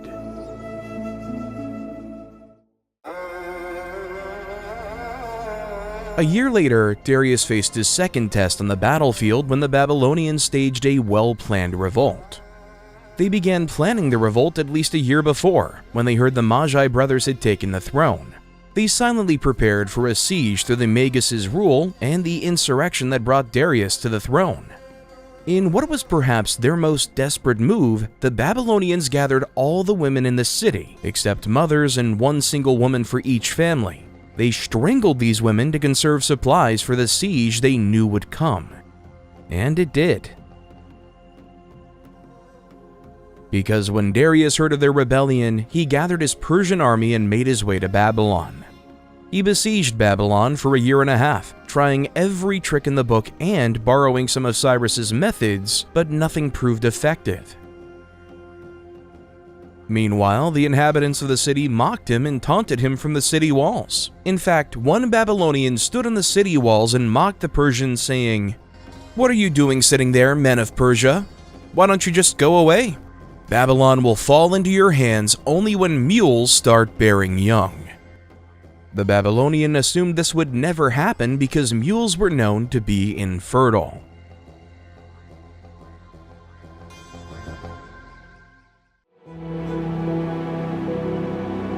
However, in the 20th month of the siege, a mule that belonged to Zopyrus gave birth. Zopyrus was the son of Megabyzus, one of the 6 noblemen that rebelled against the Magus brothers, and brought Darius to the Persian throne. Convinced that this rare event signaled Babylon's fall, Zopyrus hatched a plan. He mutilated himself, cutting his nose and ears, and approached Darius. Darius was shocked and initially condemned the act until Zopyrus explained his plan. Zopyrus would approach the city wall of Babylon alone. He would tell the Babylonian that Darius was the one who mutilated his face, gain their trust, and convince them to give him command of the Babylonian army. After this first phase, all Darius had to do was deploy a few thousand troops to specific places for Zopyrus to destroy. This would make the Babylonians trust Zopyrus completely. When they were comfortable enough that Zopyrus was on their side, he would open the gates of Babylon from the inside, letting the Persian troops in and recapturing Babylon for the glory of Darius. The plan worked perfectly, like a finely tuned wheel. Zopyrus tricked the Babylonians, opened their gates for the Persian forces, and Babylon fell. Darius destroyed the walls of Babylon, executed 3,000 of their most prominent men, impaling them as a warning to others. However, he allowed the remaining Babylonians to continue living there. To replenish the population, Darius ordered people from nearby settlements to send women to Babylon. This resulted in 50,000 women moving into the city. Darius celebrated Zopyrus as a Persian hero, made him governor of Babylon, exempted him from taxes for the rest of his life, and lavished gifts on him. It is said that Darius often expressed the opinion that he would prefer to see Zopyrus without his injuries than gain 20 more Babylons.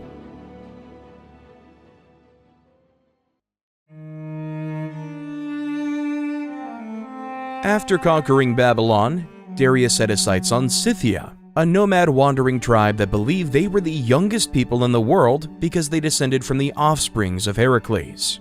Darius hated the Scythians because they invaded the Medians, his ancestors, and conquered those who opposed them in battle. They had also enslaved its people twice, and they had a habit of blinding all of their slaves. The first time they enslaved the Mede, they chased down the Cimmerians and were away from their homeland for 28 years. While they were away, the wives of the Scythians laid with their slaves and had children. The second time the Scythians enslaved the Medians was upon their return after 28 years of absence. They met resistance from the slaves and their children. When the returning Scythians tried and failed to reclaim their home, they came up with an alternative. A Scythian proposed using horsewhips instead of weapons against the slaves. He felt the slaves were only bold because the Scythians were treating them as equals by fighting them with weapons. For some reason, this strategy worked. The slaves and their sons were confused and terrified by the horsewhips, so they scattered, and the Scythians regained control over Asia. Sometime around 441 BC, Herodotus traveled to Scythia himself and wrote extensively about them, about their geography, their customs, and practices.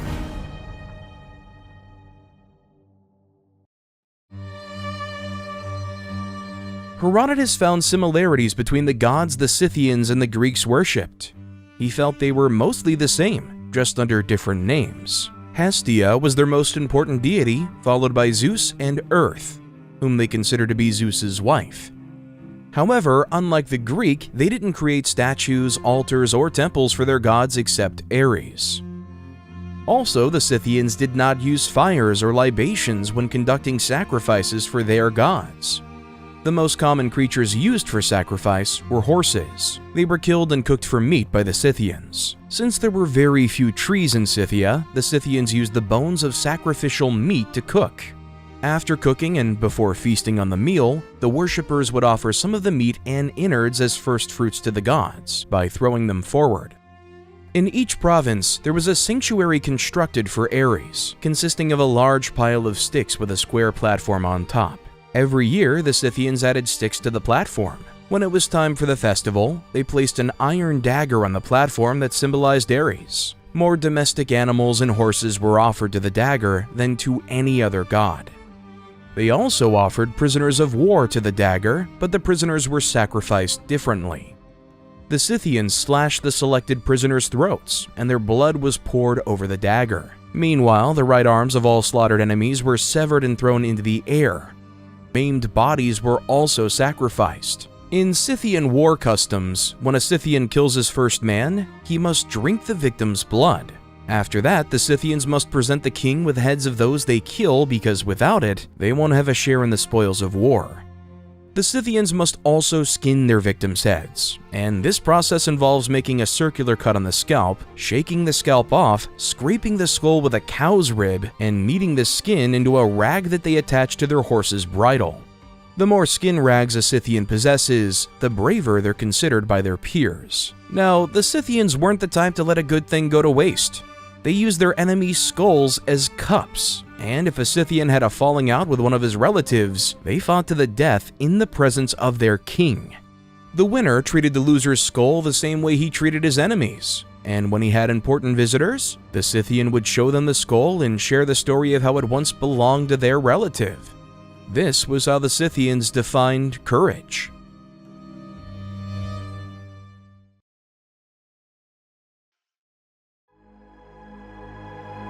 The burial of the Scythian king was a bloody affair.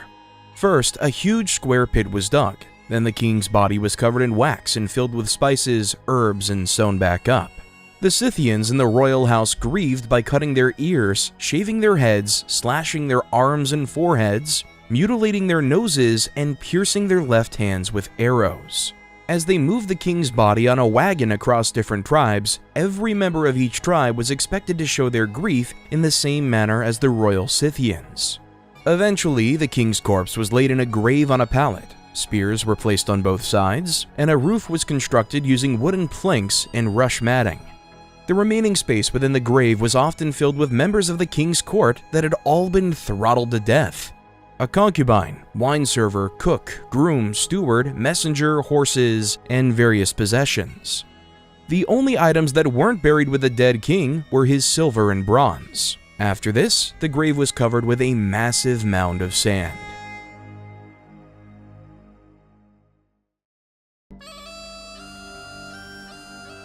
While Herodotus was in Scythia, the Scythians gave him an account of how they had defeated the Persians without waging war against them.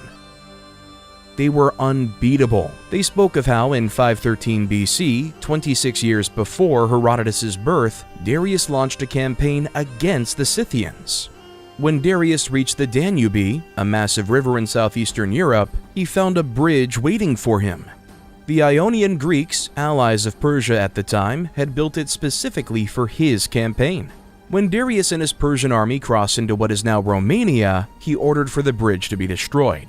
But one of the Ionian Greeks in his army was bold enough to suggest he shouldn't in case they had to retreat.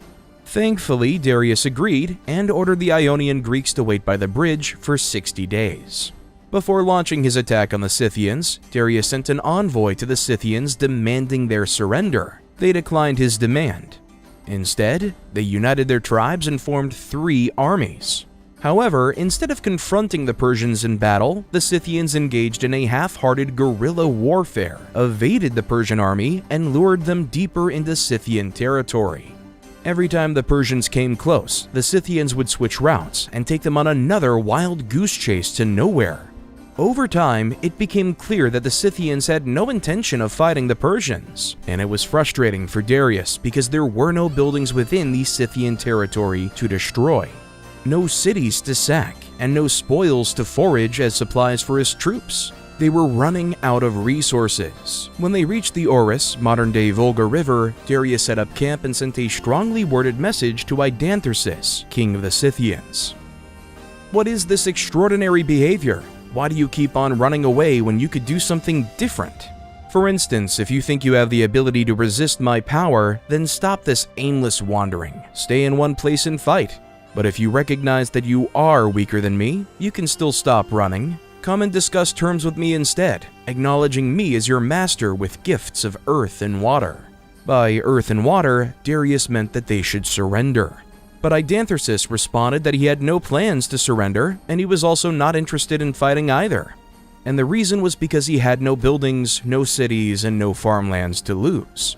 The only scenario where the Scythians would engage the Persians was if they found the graves of their ancestors and desecrated it. Where the graves were, no Persian could say for certain. Eventually, Darius came to accept the fact that the Scythians weren't going to fight. And they actually planned to wait till the Persians had run out of supplies so that they could win the battle easily. So Darius gave up on the war and began to make his way back to the bridge through Scythian territory.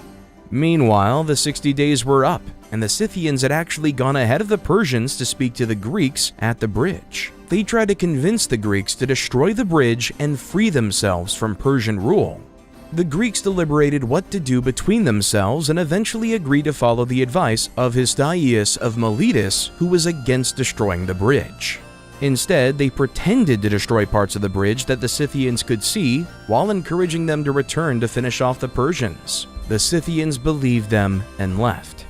Fortunately for Darius and his men, the Scythians didn't find them before they reached the bridge. The Ionian Greeks were there to help Darius and the army cross the Danube to safety. But the Scythians never forgot the Greeks' trickery, and they never forgave them. They even had an insult for them. The Greeks make the worst and most cowardly free people in the world. But if they were to think of them as slaves, no master could hope to find more loyal and submissive captives.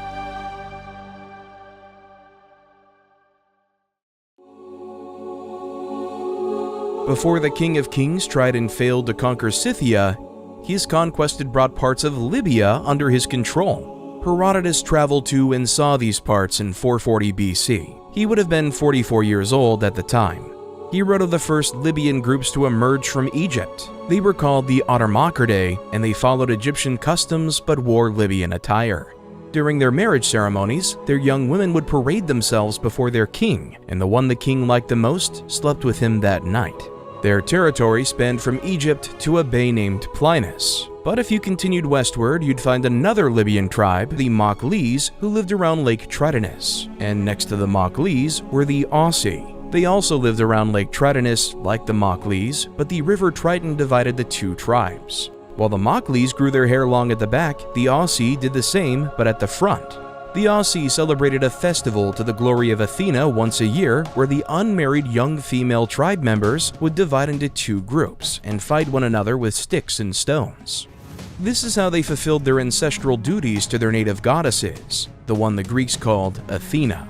They believed the women who died of their wounds after the fight were not true virgins. However, before they let them fight, the prettiest of the young women would be dressed in a Corinthian helmet and Greek armor, mounted on a chariot, and paraded around the Lake Tritonus.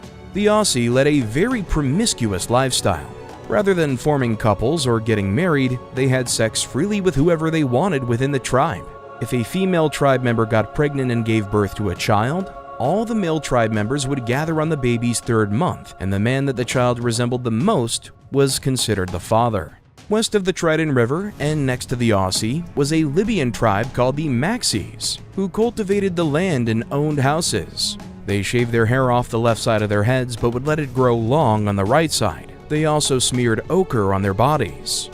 Their land teemed with exotic wildlife. According to what the Libyans told Herodotus, there were enormous snakes, lions, elephants, bears, asps, donkeys with horns, dog-headed creatures, headless creatures with eyes in their chests, wild men, and wild women.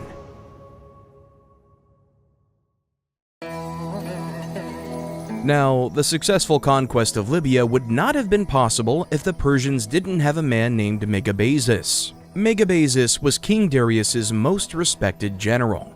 During the Persian king's fruitless Scythian campaign, it was Megabazus who led his vast army. After their retreat, after they crossed the bridge at Danube with the help of Histaius of Miletus and his Ionian Greek comrades, Darius decided to return to Sardis, capital of Lydia. But before he returned, he left Megabazus a mandate. The general should stay back in Europe as commander-in-chief of an army of 80,000 men. The mission was simple: subjugate the Greek cities in Hellespont. In the months that followed, this is exactly what the general did. First, Megabazus conquered the brave Perithians. Then he marched through Thrace, bringing every settlement and tribe living there under the Persian king's rule. When Darius got to Sardis, he summoned Histaius of Miletus and rewarded him for his role in keeping the bridge up at Danube. In the years after, Histaius would become one of his most trusted advisors.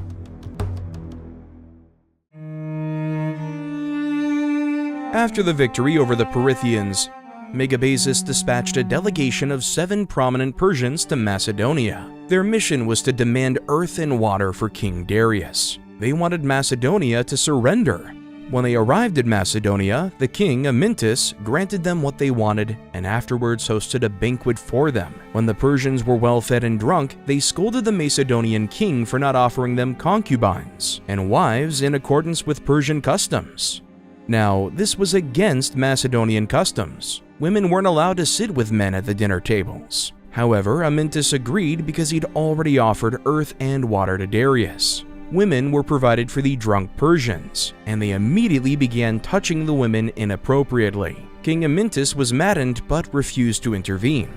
However, his son, Alexander, had other plans. He urged his father to go to bed and offered to attend to the Persians himself. Amyntas could sense Alexander had an ulterior motive, so he warned him against causing any trouble that would bring the wrath of Darius on Macedon. But Alexander ignored his father's advice and suggested letting the women bathe before offering them as gifts to the Persians. When they agreed, Alexander switched the women with beardless Macedonian men disguised in women's clothing and armed with daggers. This time, when the Persians attempted to touch them, the disguised Macedonians stabbed them to death. To avoid Darius's rage, Alexander got rid of their bodies and kept their death a secret.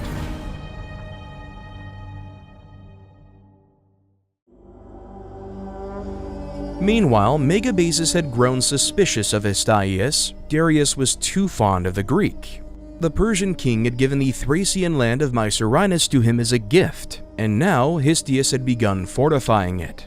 When Megabazus found out, he was furious. He protested to Darius, warning him about the potential threat Histaius posed. "My lord," he said, "what have you done? You've allowed a Greek, and a cunning and clever Greek at that, to found a settlement in Thrace, where there is a limitless supply of timber for shipbuilding, where there are plenty of spars for oars. I think you should put an end to Histaius' enterprise now if you want to avoid being embroiled in a war in your own territory." Darius saw reason in Megabazus' suspicions, and even though he trusted Histaius deeply, he summoned the Greek tyrant to his court, ordering him to stay. Histaius wasn't pleased with this arrangement, but he had no choice. Meanwhile, Histaius' home Miletus was ruled by his son-in-law Aristogoras in his absence. Now, Aristogoras was a little ambitious. His ambition found opportunity when he was approached by some Naxians who were trying to reclaim their island, Naxos. Naxos was one of many islands on the South Aegean that weren't under Persian rule. Aristogoras saw an opportunity for conquest. So he approached Darius' half-brother Artaphernes, who was the head of their district. Artaphernes spoke to Darius, and Darius sent him the military resources he needed. But the conquest turned out to be a failure. After 3 months of fighting, Aristogoras accepted defeat. Aristogoras was scared his failure would enrage Darius. He was scared the Persian king would punish him for wasting the military resources he had sent for his little conquest. So, Aristogoras decided to protect himself by launching an Ionian revolt against the Persian king. Or did he? Herodotus claimed to know another version of the origins of the Ionian revolt. In this account, Histaius, who had grown impatient with his new life in the king's court and longed to return home to rule his land, decided to send a trusted slave to Ionia with the word revolt tattooed on his scalp. When Aristagoras received the slave, he decided to act on the instructions of his father-in-law. Darius was enraged, but he didn't suspect Hystaius was behind the revolt. So when Hystaius came to the King of Kings, offering to return to Miletus to squash the revolt, Darius obliged. And so Hystaius made his way to his comrades. Meanwhile, Aristagoras began searching for allies that would help in his revolt against Darius and his Persian forces. He needed help from the strongest Greek state. He needed Sparta.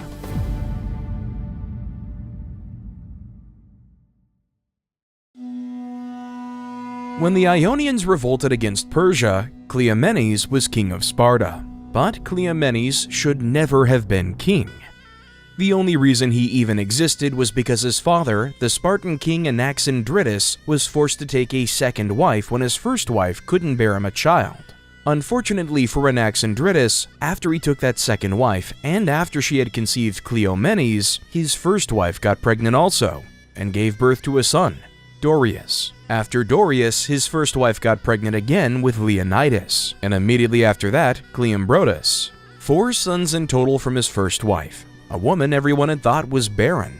Now, Dorius was the opposite of Cleomenes in character, intelligence, and strength. But none of that mattered because by law, he was the second son. So when their father Anaxandritus died, the throne went to Cleomenes, the firstborn son. Dorius refused this decision and refused to be ruled by Cleomenes. So he took some Spartans on an expedition to Libya, where he planned to find land and start his own colony of Spartans. On the way, Dorius got into a war that he had no business fighting. Unfortunately, he died on the battlefield, and Cleomenes continued his reign as king of Sparta. So when Aristagoras arrived in Sparta, he begged Cleomenes to liberate his people, the Ionians, from slavery. He described the Persians as wealthy people who had lots of gold, silver, bronze, clothes, animals, and slaves. He also tried to convince Cleomenes that conquering Persia would bring more riches than his local disputes. Cleomenes listened and asked for 2 days to think before his decision. 2 days later, Cleomenes asked Aristagoras how far the Ionian coast was from his palace. When Aristagoras mentioned a 3-month journey, Cleomenes immediately ordered him to leave. The war was not worth the distance. Aristagoras was thrown out of Sparta, so he turned to Athens. At the time, Athens was the second strongest Greek state, second only to Sparta. Aristagoras repeated the same things he had told the Spartan king to the Athenian assembly, but this time he was more desperate. He made so many promises that he eventually won the Athenians over, and they voted to send a fleet of 20 ships to help the Ionians in their revolt against the Persian army.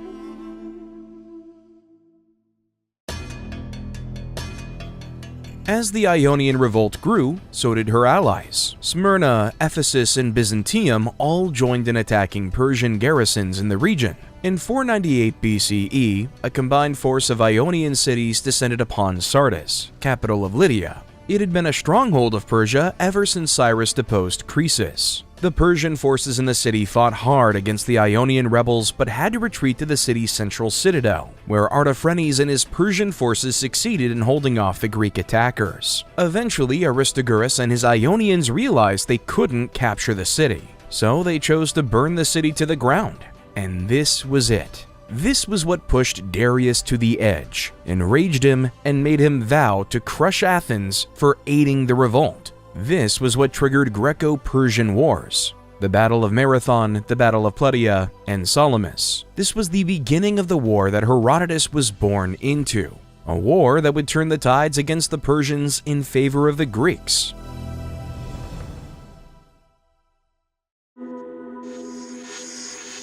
The Persian counterattack was swift, precise, utterly ruthless. Darius crushed and subdued all the Ionian cities that had participated in the revolt. Aristagoras fled. Hystaius would be killed and his head sent to the Persian king, who still refused to believe his beloved Greek had anything to do with the revolt. Miletus was captured, and the Ionian revolt came to an end. But Darius wasn't done. He wanted to punish Athens. So he sent his son-in-law, Mardonius, on a campaign to subdue the city.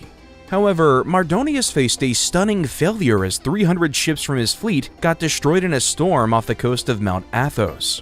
This failure delayed the Persian invasion of Athens, and it was a blessing for them because the Athenians quickly took steps to defend themselves. Meanwhile, Persia began preparations for another invasion. Luckily for the Athenians, they had Miltiades. Miltiades was an Athenian general who had lived in Persia and was versed in Persian military tactics. He advised the Athenians to confront the Persians at Marathon because the terrain at Marathon was relatively flat. This would allow the Athenians to use their disciplined hoplite infantry effectively. The gods were on the side of the Athenians in this war. They had the approval of the Oracle of Delphi. They had Theseus, hero of Athens, on their side. The morale of the Athenians was at its peak. So with Miltiades leading from the army, the Athenians deployed approximately 10,000 hoplite soldiers to Marathon. When the Persian fleet landed at Marathon, the Athenians launched a surprise attack. Despite being outnumbered, the battle was fierce, and the Greeks successfully withstood the Persian archers and charged at the enemy, breaking their lines. When the dust settled, 6,400 Persians had fallen, and on the Athenian flank, only 192 men were killed.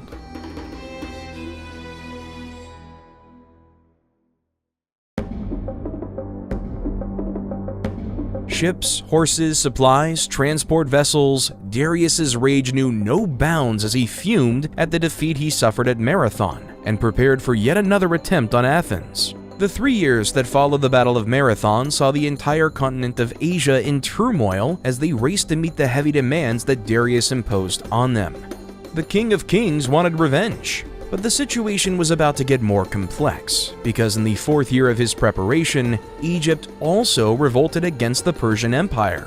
Earth and water was not enough. Now, Darius wanted blood and fire. But before he could get his revenge, in the middle of his preparations and a few months after the Egyptian revolt, Darius the Great died. His son, Xerxes, son of Atassa, daughter of Cyrus the Great, took the throne of his father.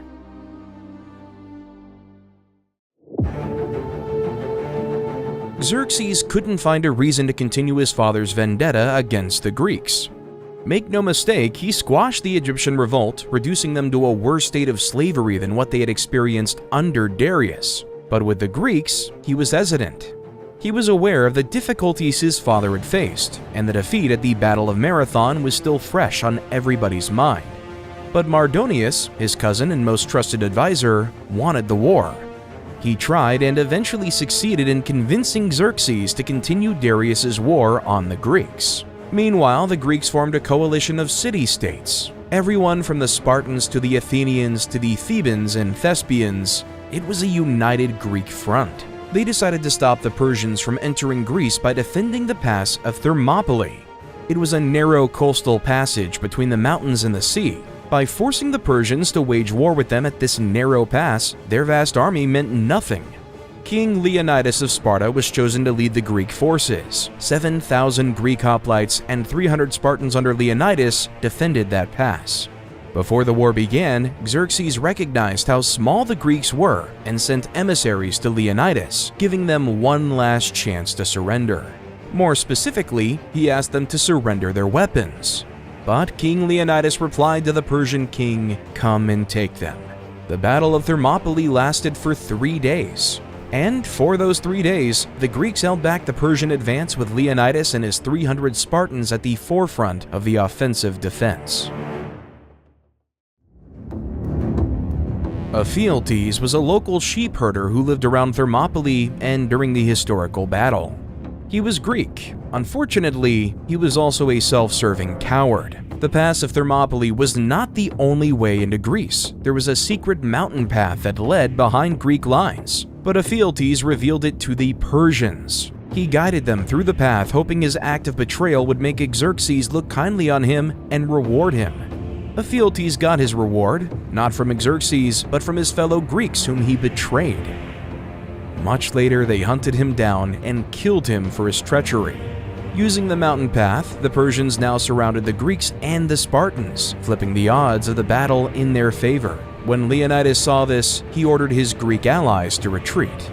Then King Leonidas and his 300 Spartans fought one last battle, fiercely till he and all 300 Spartans fell. The Greeks might have lost the Battle of Thermopylae, but their fierce resistance helped them buy valuable time to organize and prepare for future battles. And it also helped the morale of the Greeks, who had once again refused to offer earth and water to the King of Kings. While the Battle of Thermopylae was lost on land, the Greek fleet waxed with hope on the high seas. The Greek fleet at Artemisium comprised 127 Athenian ships, 40 Corinthian ships, 20 Megarian ships, and a handful of contributions from other city-states. A Spartan named Eurybiades led the fleet as supreme commander. Another hero on the seas was the Athenian Themistocles, who ensured that the Greeks remained united as tensions grew between the Athenians and other city-states. It also appeared like the gods were on the side of the Athenians, because when the vast Persian fleet tried to surround and destroy the Athenian fleet, a storm raged and destroyed them instead. 200 Persian ships perished. However, this did not mean the Persians could be stopped. They still outnumbered the Greek on the sea.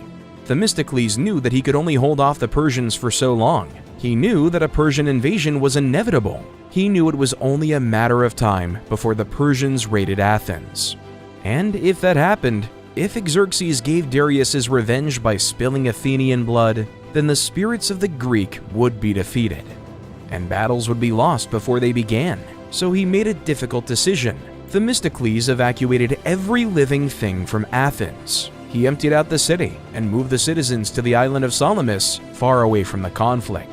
The Athenians would fight without fear when their families were safe. 5 months after the Battle of Thermopylae, the Greeks found themselves once again in the heat of another battle. The odds were against them. The Persian fleet had such a numerical advantage over the Greeks, the war looked over before it even began.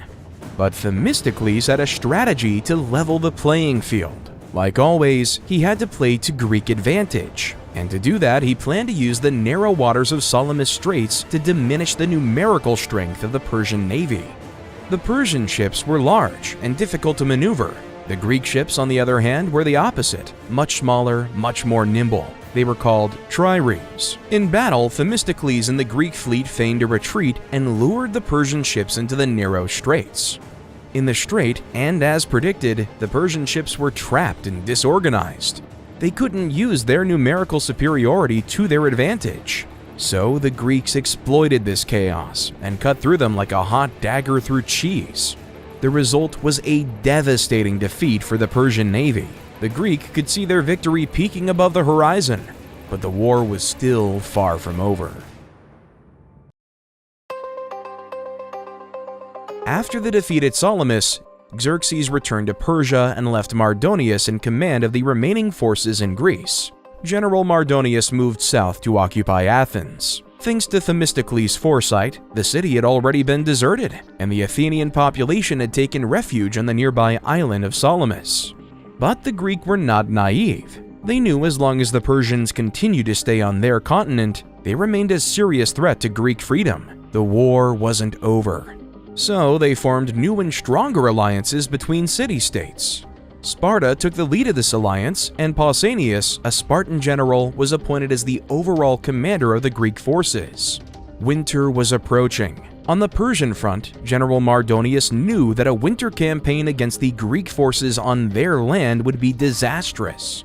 So he left Athens, moved to Thebes, and tried to entice the Greek city-states into breaking their alliance. At this time, the Thebans had already abandoned the Greek cause and sided with the Persians. Why? To spite the Athenians. They hated them that much. However, they would pay dearly for it much later. In the meantime, the allied Greek army rejected Mardonius' offer and chose to march towards Plataea while their fleet sailed to Mycale to confront the Persians. One war, two battlefronts, on land and on sea. The objective? Incredibly simple. Expel the Persian forces from all of Greece. At Plataea, the Greeks employed a defensive strategy. They used its high ground for their hoplite phalanx formation. Then they built stake walls around their camp. Meanwhile, Mardonius had journeyed to Plataea with his army, ready for what was about to become a decisive battle. Mardonius began the attack with his archers and cavalry, trying to undermine their mobility while breaking through their defensive lines. But the Greeks' tightly packed formation of soldiers with overlapping shields and protruding spears ensured that the Persian arrows were useless and their cavalry ineffective. At first, it seemed like the battle would go on forever. Then the tables turned on the Persian army. A Spartan named Erimnestus murdered Mardonius in the heat of battle. The effect of their general's death was immediate and destabilizing. The Persian forces were demoralized, and the Greeks exploited their confusion for a brutal counterattack. As the Persians retreated, the Greeks pursued them relentlessly, killing as many as they could. On the fields of Plataea, the Greeks had won the battle. Meanwhile, at sea, Pausanias and his Greek fleet waged a bitter war against the Persians. At first, the Persian resistance was effective, but when an Athenian fleet, led by Leotychides, arrived to join the battle, the Greeks turned the tides against the Persians. The Persian ships that weren't destroyed completely fled in retreat, back to Sardis and Lydia. The Persian naval power was so severely diminished that it spelt the end of the Persian threat on mainland Greece, and beginning of an independence that the Greeks had fought with their soul, their spirit, blood, and sweat. The year was 479 BC, and the historian Herodotus was just 5 years old at the time. He would have heard the impossible tales of glory, and he would have wondered how and why. While he didn't write about it in his histories, Xerxes is believed to have met a violent end at the hands of assassins in 465 BC when Herodotus was 19. And as Herodotus grew older, traveled around the world, and recorded the stories, he would have his own moment against tyranny. The year was 454 BCE. Herodotus was either at the end or the latter end of his travels. The stories, the people, the cultures, and the geography of the diverse people he had traveled allowed for a detailed map to be constructed. Herodotus would have been 30 years at this time, somewhere in the midst of his many travels. At the time, Lygdamis was the terrible tyrant of Halicarnassus, the same tyrant that had killed Herodotus' uncle, squashing an uprising that saw Herodotus and his family exiled from their home. In 454 BCE, there was another uprising. This time, Herodotus joined the rebellion, bringing a permanent end to Lygdamis' tyranny. Around 450 BCE, and at the age of 34, Herodotus joined a group establishing a colony at Thurii, a Greek city in southern Italy.